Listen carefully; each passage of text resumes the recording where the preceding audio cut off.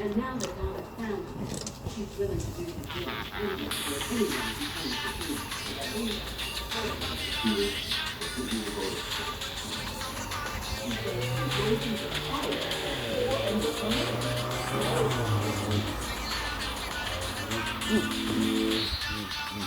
Wait, wait.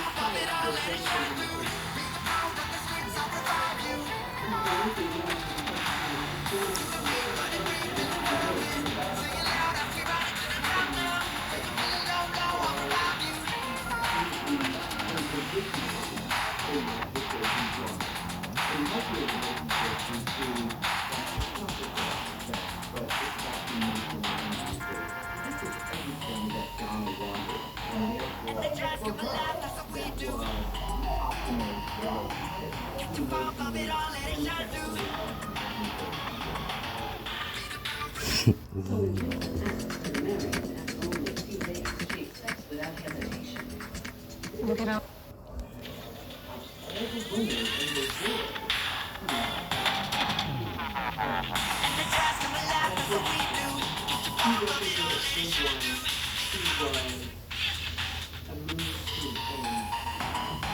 And the jazz come alive, that's what we do. Get your fire above it all, let it shine through. Be the power of the streets of behind you.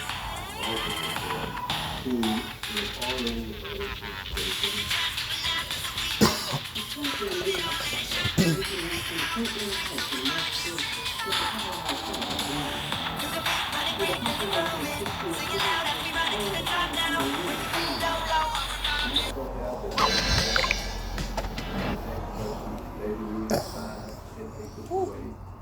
As the two settle in, Donna's joy is only matched by her love.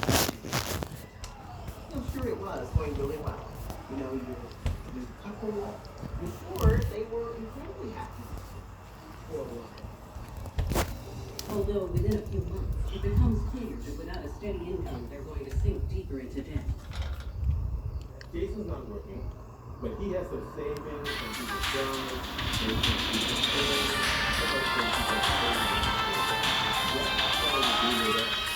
And one of her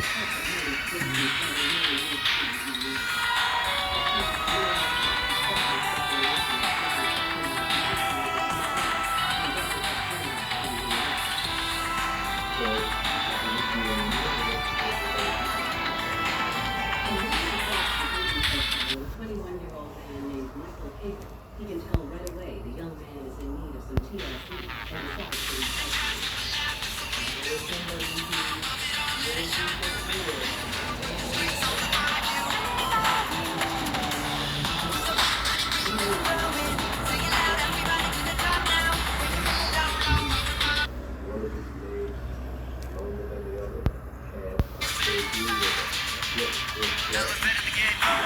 I'll be your revival, catching LA hot, top of the charts, right upon arrival. Stop and don't feel, the competition's real. Yeah, you can beat our pace, this ain't no time for rivals. Listen up, we run the show, energizing your heart and energizing your soul. When our words are colliding, side by side, no dividing. Yeah, you better be ready, cause now it's time for revival.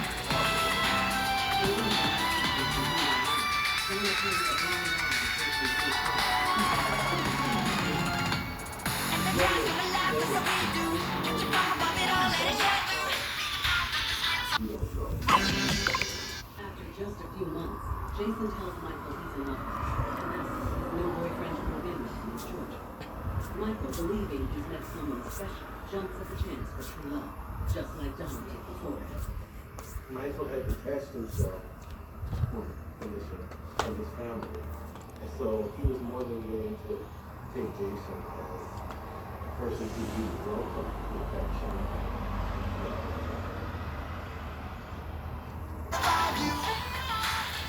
That summer, Michael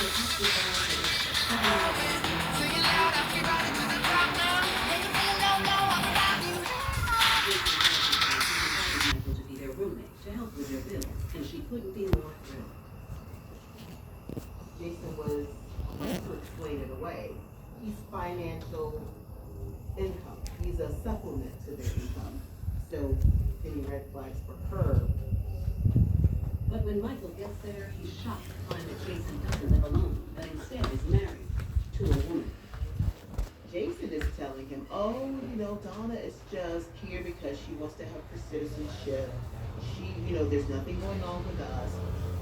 But to be sure Donna's feelings don't get hurt, he asks Michael to keep their romantic relationship a secret, and he agrees.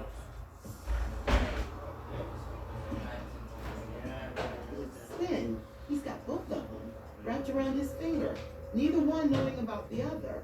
The three form an unconventional family, with Jason at the helm, and no one disputes it. Donna and Michael basically came under Jason's wing because he was a master manipulator. But more than anything,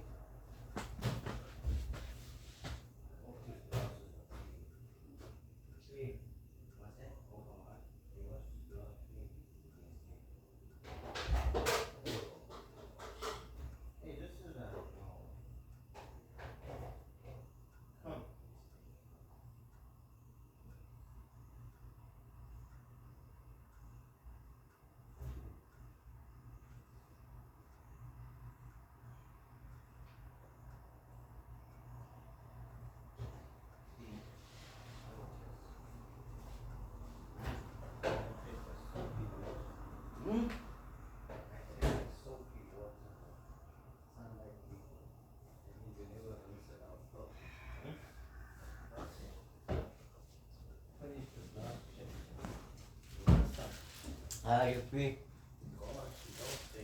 No, okay, it's okay, Dad. It's okay. No thanks. No thanks. I left them all over here, yeah, Dad. Oh. No, just give me a bite, that's all. No, just have a bite, that's all.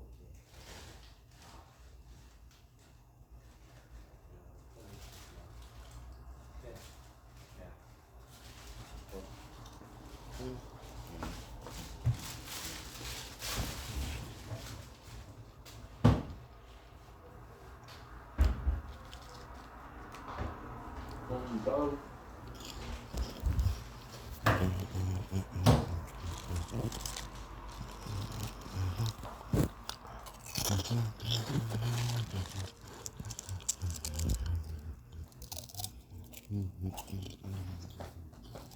You abandoned your place.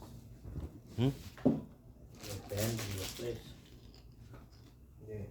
Oh. Here you go. After just a few months, Jason tells Michael he's in love with him and asks his new boyfriend to move in with him in Georgia. Michael, believing he's met someone special, jumps at the chance for true love, just like Donna did before him. Michael had detached himself from his family. And so he was more than willing to take Jason as a person who he would welcome to affection.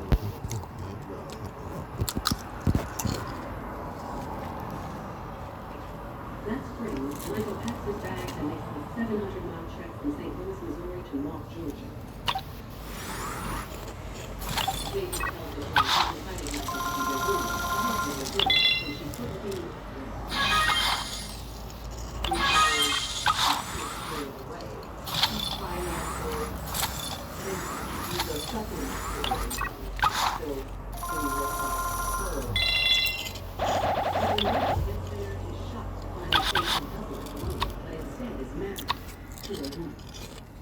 Jason is telling him, oh, Donna is just here because she wants to have her citizenship.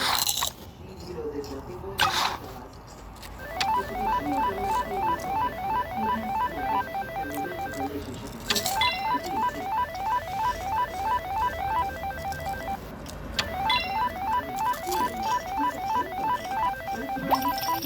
Neither one knowing about the other. The three form an unconventional family, with Jason at the helm, and no one disputes. Donna and Michael basically came under Jason's wing because he was a master manipulator. But more than anything else, he isolated them from their family.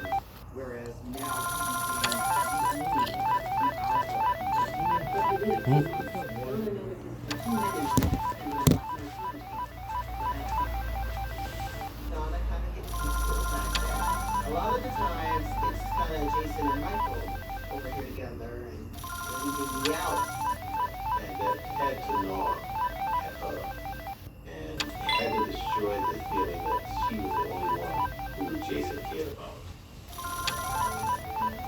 In an effort to soothe his wife's insecurity, Jason tells her he's going to take out an insurance policy on himself and Michael, so she'll be taken care of if anything happens to him.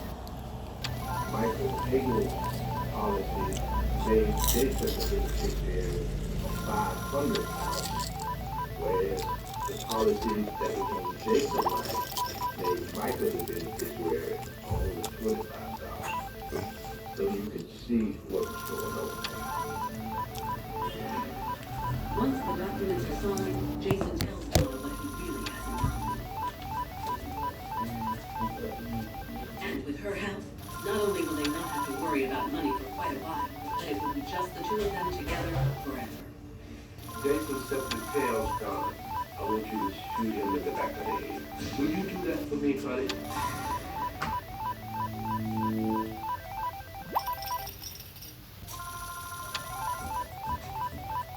In Rock, Georgia, Donna's husband, Jason Slaughter, takes out a life insurance policy on his male lover, Michael Hagel, and asks his devoted wife to kill him. In her mind, this was a way to get rid of a rival.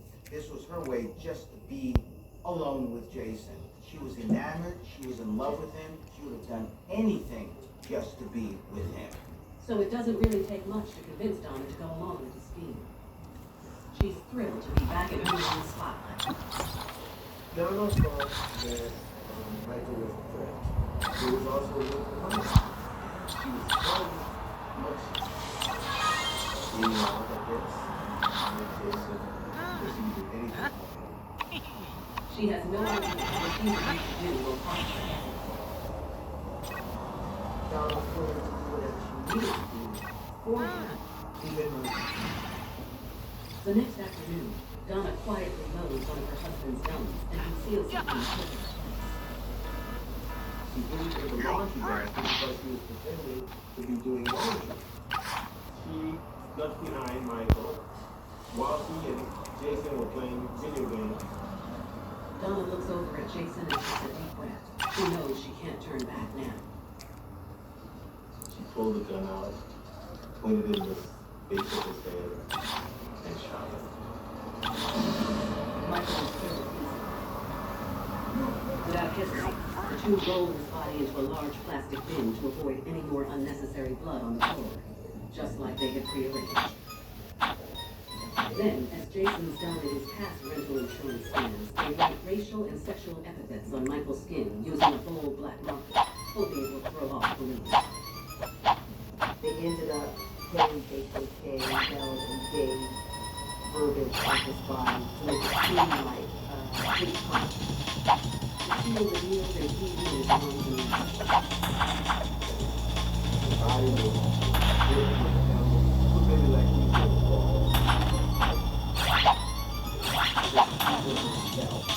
So by getting it, she was proving to Jason that she was worthy of his love.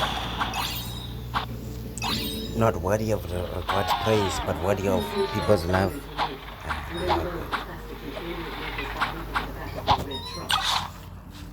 Worthy of They drive 30 miles away until they find the worthy of perfect people's spot to praise, dump but it. worthy of not worthy of God's rolling praise. road out in the middle of nowhere. Michael's body was just laying on the side of the road, like a piece of garbage that was thrown from a car. On their way back home, husband and wife throw any evidence, including the gun, into a trash dump site along the way. They come back to the house and bleach it completely. All that's left to do is wait for Michael's body to be found so they can cash in on the $500,000 life insurance policy. We all individuals were human beings. Michael was a human being who did not deserve it. Finally, Michael's body is spotted by a passing speed. Some of the children noticed something that was strange. Then the bus driver realized what it might be. He called the police. The Marion County Sheriff's Office responded, and they can tell right away that the victim was moving somewhere else. There was no scuffle. There was no indication of any blood. There was no condition on the body, so police didn't know who he was. The only clue they have is a witness called Red Truck into the school in their school. The police go to the press a few days later about a John Doe and body has been discovered. Jason Kelsey announced the real They have to let the authorities know that this is the Michael. Otherwise, part of their whole plan would be messed up. They're going to get the money. So they force them to. 6 days after Michael's release, Jason decides to resign. This might be okay. Yes. The master commented on his story to explain why he hadn't called the police sooner. Jason wanted Michael as a prostitute, so for him to be gone for several days, they didn't think anything of it. Hoping to find out Jason's money, police asked Jason to come to the house and search his roommate's rooms. But when investigators found that the couple went to wild and showed just how devoted a wife can be to her husband. There were just red flags and whistles and Okay. going off. Nothing was going to stop her from protecting her man. Give me all the photo. Oh. I know. After clearing their rooms, Michael takes to collect $500,000 in life insurance. Donna and Jason Slaughter agreed that police have been home in North Georgia, so they don't seem suspicious. But as the front door opens, investigators have a feeling they're face to face with Michael's killers. When they went into the house, they were hit with an odor of bleach. Bleach everywhere. And they could tell that is being cleaned up. And further searching, police looking directly at Jason, and they uncover that he's been lying about his relationship with Michael. During the pictures of Larry Stephen, Michael had love letters and notes and drawings that depicted his love for Jason. Something he neglected to mention. So there's another red flag. And why didn't Jason tell police that there was this relationship and the story just started coming out.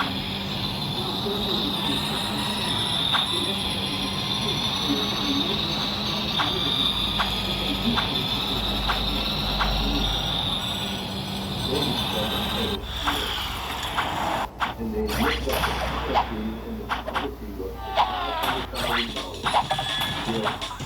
Jason Slaughter being the beneficiary. Finally, is an eyewitness who saw a white truck husband and wife are both taken into custody for the murder of Michael. Once she's alone with investigators, Donna doesn't take long to crack. Okay. She's killing on man by Jason's sleeping. So Nice. Jonathan immediately said he claimed that in adultery, he shot himself.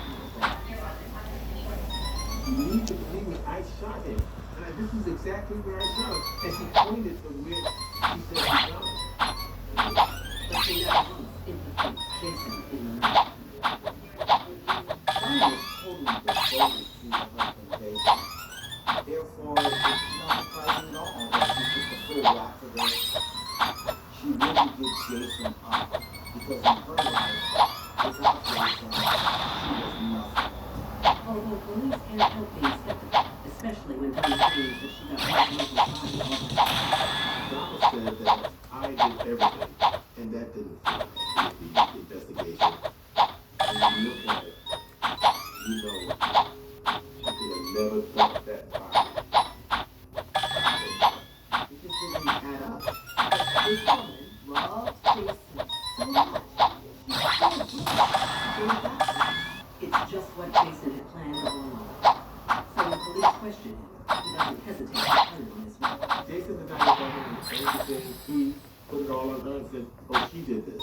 I wasn't involved at all. The police don't act, and neither does the jury. 2 years after Michael's body was murdered, Jason and Donna Slaughter are both convicted of murder, aggravated assault, concealing the death of another, killing evidence, and possession of a firearm in the commission of a crime. They are each sentenced to 15 years. He and I understand something. We offer to allow her to move to set aside her conviction and exercise her respect. Then allow her to sleep after the manslaughter. She will not roll on. She didn't help herself and her own peace. She was committed to going down the same path as her husband.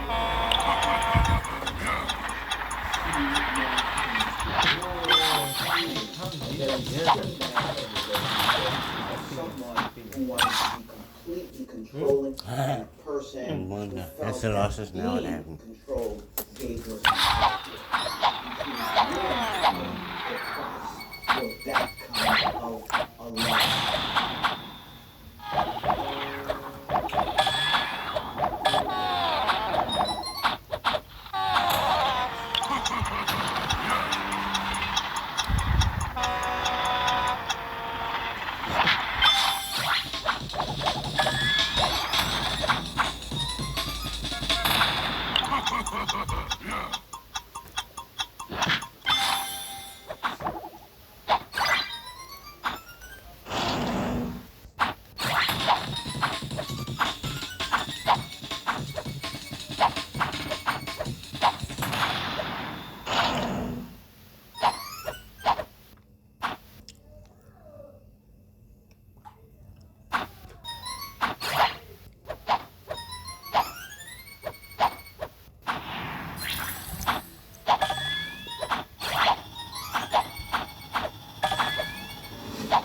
When a young mother disappears in the nation's capital, her family is pushed to the breaking point. There was something wrong, very wrong. We basically putting the flyer out there. As their search for her deepens, news of infidelity emerge. You know that she was she believed that she was already finished to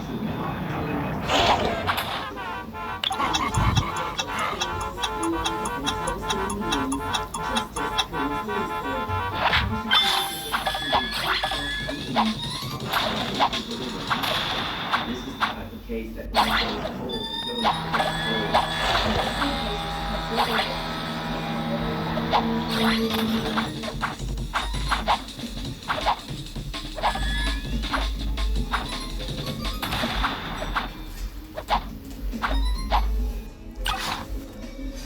Able. Oh. August 8th, 1991. Yeah. Sorry, Daddy. Okay. Officers are converging on an abandoned vehicle. Not fine now. This was that time the last one. 4 days ago, on August 4th, Johanna had been reported missing. Her family and authorities are doing everything they can to find her. They got an anonymous tip saying that there was a car that belonged to a person. This anonymous tip reported seeing a vehicle in Northeast DC. They're cleaning it. You shut a lock? Then in 1999 Northeast, visiting of a lost neighborhood. A quick check of the plates confirms it's her car. Although the car appears empty, but strange to the English service, officers then reach out to Johanna's family to inform them that the vehicle has been located.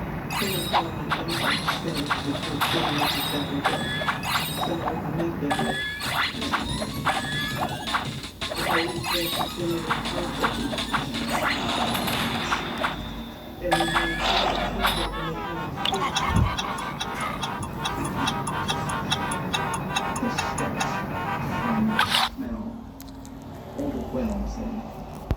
55. You short.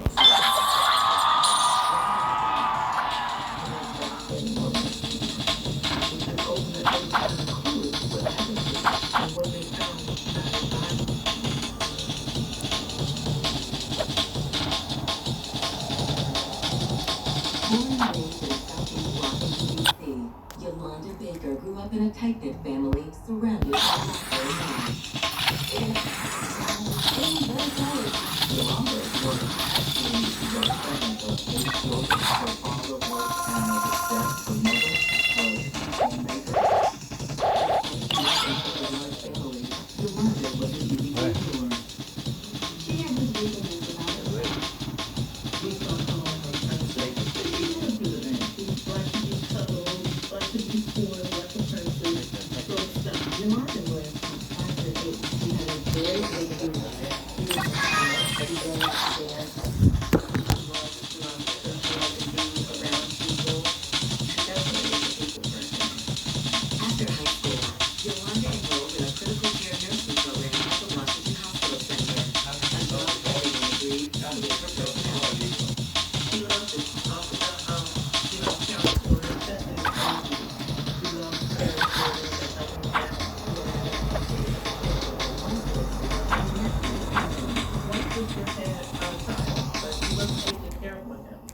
So Princess stepped in.